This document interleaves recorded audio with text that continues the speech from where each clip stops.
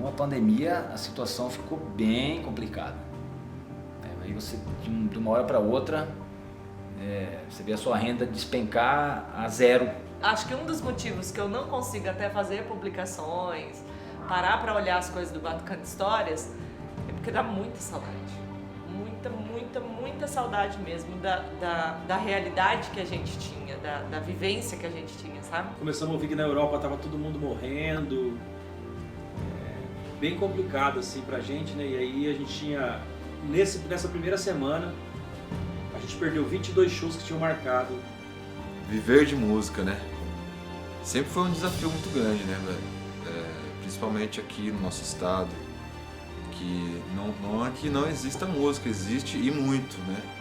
Só que quando se fala de música e fala Mato Grosso do Sul, naturalmente o cara já remete ao sertanejo, né?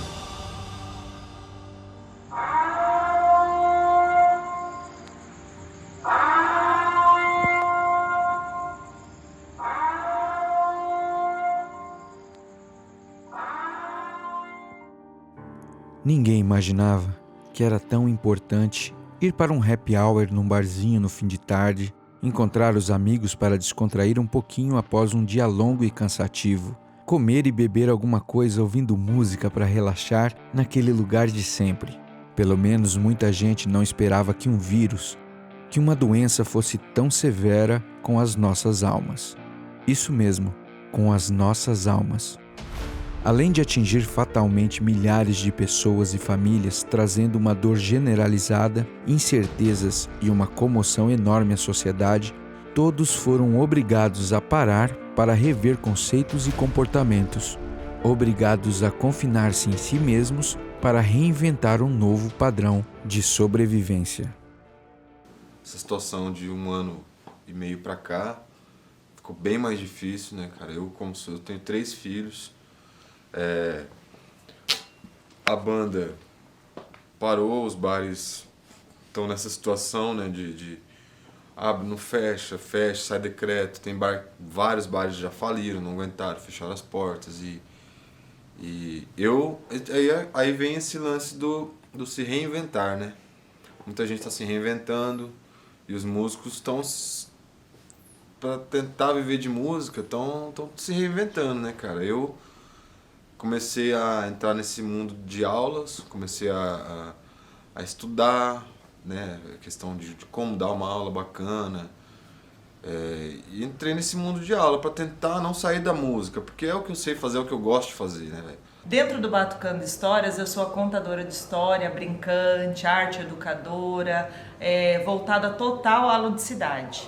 E lá também eu utilizo um outro nome, que é a Azaleia, que fica mais fácil para as crianças poderem pronunciar.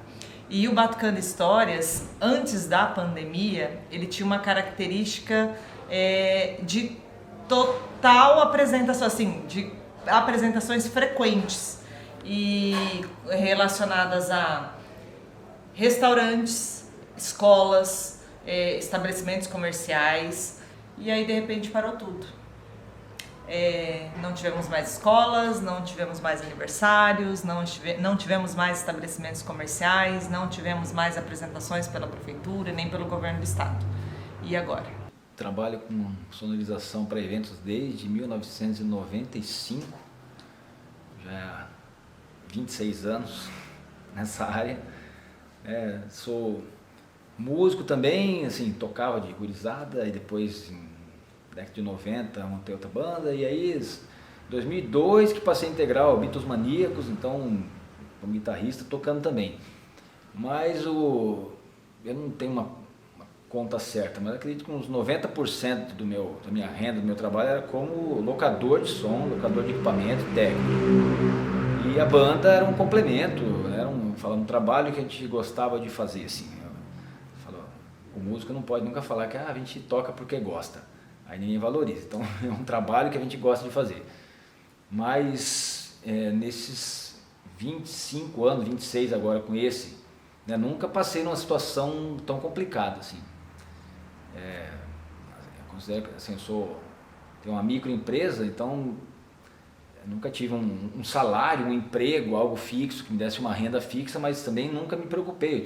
Meu trabalho sempre rolou, né? Com altos e baixos, sempre. Eu nunca passei aperto assim, com altos e baixos. Você passa apertos momentâneos, mas com a pandemia a situação ficou bem complicada.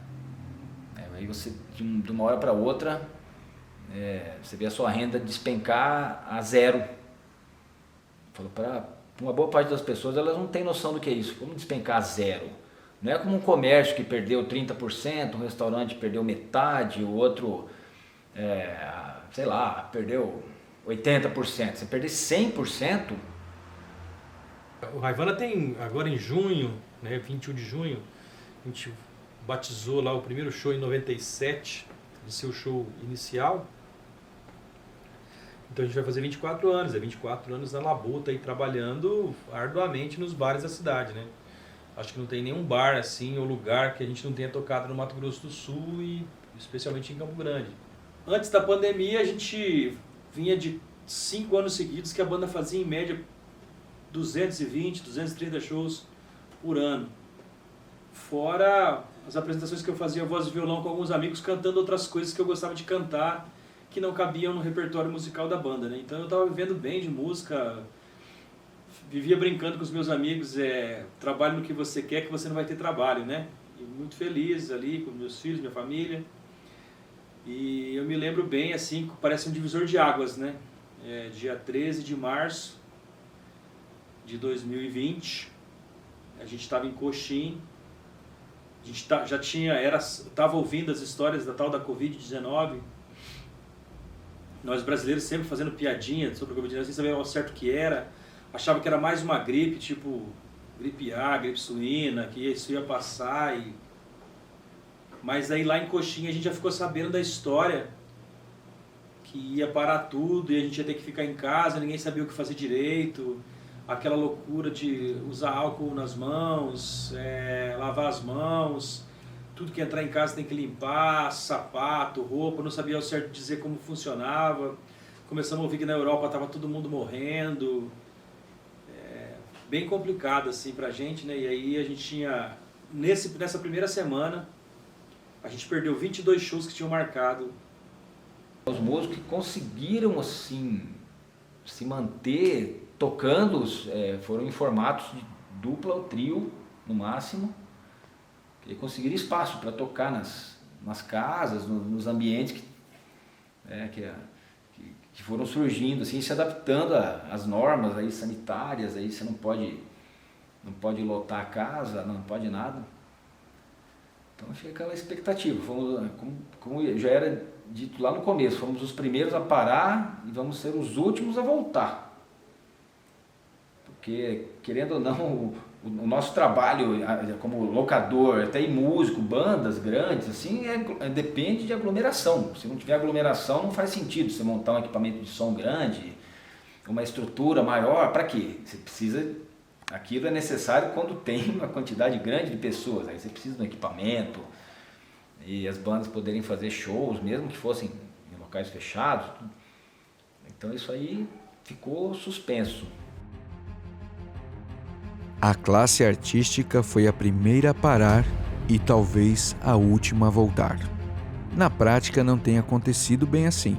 Enquanto uns se esforçam para ter o mínimo para sobreviver, buscando criar alternativas seguras para gerar renda, tentando ainda, apesar de tudo, colaborar com a contenção do vírus, outros parecem desconsiderar a realidade e fazem justamente o contrário. Continuam trabalhando normalmente, promovendo aglomerações, o que acaba prejudicando toda a classe, além de contribuir com a propagação da doença e assim para o adiamento do retorno à normalidade. Os eventos clandestinos, eles não ajudaram em nada o setor. Eu cheguei até a brincar, falei, nossa, está tão parado que não me chamam nem para trabalhar em evento clandestino. Mas eu também não achei ruim, porque você vai contribuir com um negócio que vai te atrapalhar, não tem muita lógica. Mas também não vou criticar, talvez alguns colegas que pegaram esse trabalho clandestino, O cara não tem renda, ele talvez esteja até passando fome. Então ele pega, eu não vou criticar ninguém. Em alguns momentos eu até pensei, bom, se alguém quiser me contratar para um clandestino, eu acho que eu vou acabar arriscando. Sabendo que está errado, vou tomar meus cuidados, não deveria estar fazendo, mas você pensa, pô, mas e aí? E o meu? Não tem de onde tirar. Então, assim, eu falo, fornecedores que trabalham nesses eventos eu nem critico, mas o público que vai, quem organiza, sim, esse está sendo irresponsável. Antes da pandemia, eu estava com a Curimba, a gente estava até fomentando dar uma retornada, né? Porque eu tinha voltado para Campo Grande, fui passar um tempo no Sul, fiquei um tempo no Sul, morei lá e tudo mais, enfim. E veio a pandemia. E aí a gente teve que parar, tanto que é até engraçado que o último show que eu fiz com a banda, que foi em dezembro, num bar aí da cidade, chegou fiscalização, chegou Semadura, acho que chama o órgão. E aquela cena, né? Uma cena não é legal, velho. Tipo, você no palco ali tocando e aqueles caras de colete entrando e a dona do bar já fica tensa, todo mundo já fica tenso. E o show acabou assim, o show teve que acabar, a gente teve que abaixar. O cara do som veio pedir desculpa, mas foi isso, o show acabou assim. As empresas de som, as maiores do que eu, a minha empresa é pequena, mas as maiores, eu vi assim, com muitos funcionários, de realmente situação crítica, teve que demitir os funcionários. Eu sei que alguns também usaram as suas carretas para fazer frete também, esvaziaram as carretas e começaram a alocar para frete. E a mesma coisa, mesmo que eu, em uma proporção maior, vai vender o equipamento para quem? Então estão lá com os equipamentos empoeirando, ficaram com alguns poucos funcionários, algumas empresas atendiam o governo fazendo algumas lives, alguma coisa, mas isso não paga a conta.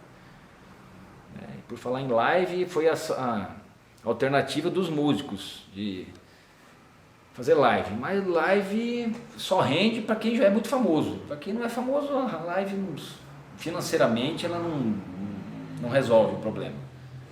Ela ajuda você a manter seu trabalho ativo, mostrar para as pessoas que a sua banda existe e você ainda está trabalhando, mas financeiramente não resolve muito. Fomos para a proposta de lives e foi muito, muito difícil, particularmente para mim. Por quê? Porque o Batucando Histórias, a proposta é feeling, é contato, é sinestésico, é abraço, é beijo nas crianças, é a criançada pertinho, dando risada, interagindo junto com a gente durante as músicas, que são uma das nossas propostas, e a contação de história. E aí, fazendo live, celular e mais ninguém, mexeu muito com o nosso emocional, principalmente com o meu. Teve situação da gente terminar a live e eu ir pro quarto chorar. A galera fala muito de live. Imagina você que gosta de futebol, por exemplo, o cara fazer um gol e o estádio tá vazio. É a mesma sensação pro músico, fazer show bacana, se confraternizar com a banda ali, tá tocando, mas não tem aquele calor humano do público ali, né? Quando você acaba o show, conversar com as pessoas e tal. Então é bem complicado, assim. Mas é se virar até tomar a vacina. Eu estou muito feliz que minha família já tomou a vacina, meus filhos, minha esposa. Eu ainda não tomei ainda a vacina, estou esperando chegar a minha vez em casa. Mas voltar logo para os palcos aí da vida, conversar com a galera. Eu tenho muita esperança que ainda seja esse ano. Se eu não tenho as crianças perto de mim, gente, é muito difícil. É muito difícil.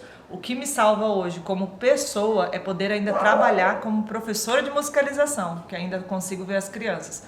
Mas como brincante ali, como a tia Zaleia, como eu sou conhecida no Batucando Histórias, eu não estou tendo esse contato. Então tá bem difícil. E aí a gente está torcendo para passar logo, preparando aí as nossas músicas autorais.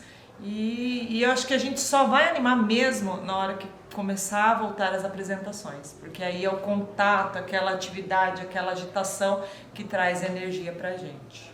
No momento, uma saída, não sei se tem, a saída é a vacina, que vai, a curto prazo, espero eu, fazer com que diminua e as coisas possam voltar aos poucos ao normal, né? Porque enquanto isso a gente vai tentando uma alternativa, né? Tipo, dar aula, o outro virou professor, não sei da onde, o outro, um camarada saiu daqui, virou comentarista. E cada um vai seguindo. E a gente que é músico tenta rodear em torno dela, né? Não sair muito dela ali. O novo normal não pode ser tão diferente assim. O novo normal tem que ser o normal de antes com o aprendizado feito durante a pandemia. Esse para mim seria o novo normal. Vamos voltar a trabalhar como era, ter seus shows, sua aglomeração, mas com o aprendizado, né, desse período todo. Acho que é isso, não sei. Mas a esperança é que volte, né? Senão aí não vai ter alternativa. Todos os músicos vão ter que mudar de profissão. Esse ramo não vai existir mais. Mas eu duvido, porque as pessoas não vivem sem se divertir. Isso, eu ainda vou fazer uma música sobre esse dia, esse fatídico 13 de março. O 13 de março para nós músicos funciona como um 11 de setembro para os americanos, assim, que veio e devastou a nossa história. E eu espero que a gente consiga reconstruir a nossa história como os americanos reconstruíram a vida deles.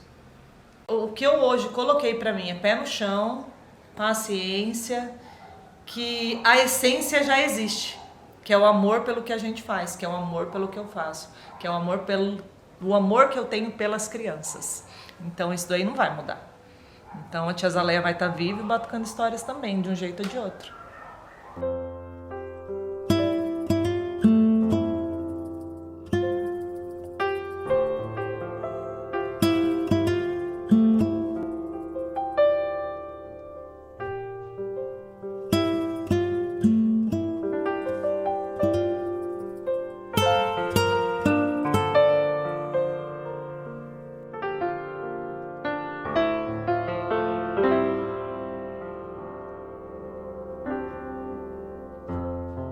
Batidas na porta da frente, é o tempo.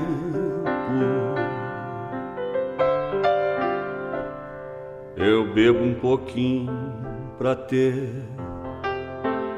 argumento.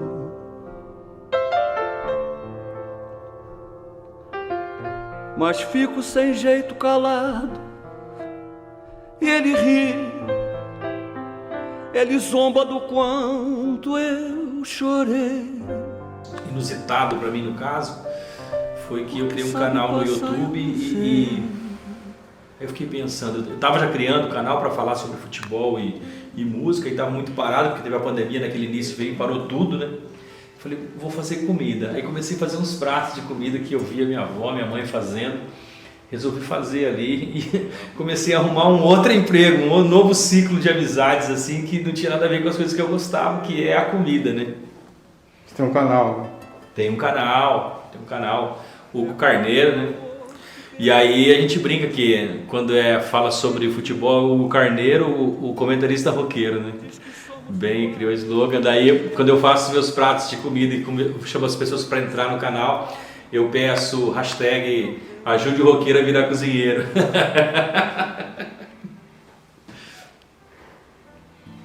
E gira em volta de mim, sussurra que apaga os caminhos, que amores terminam no escuro, sozinho.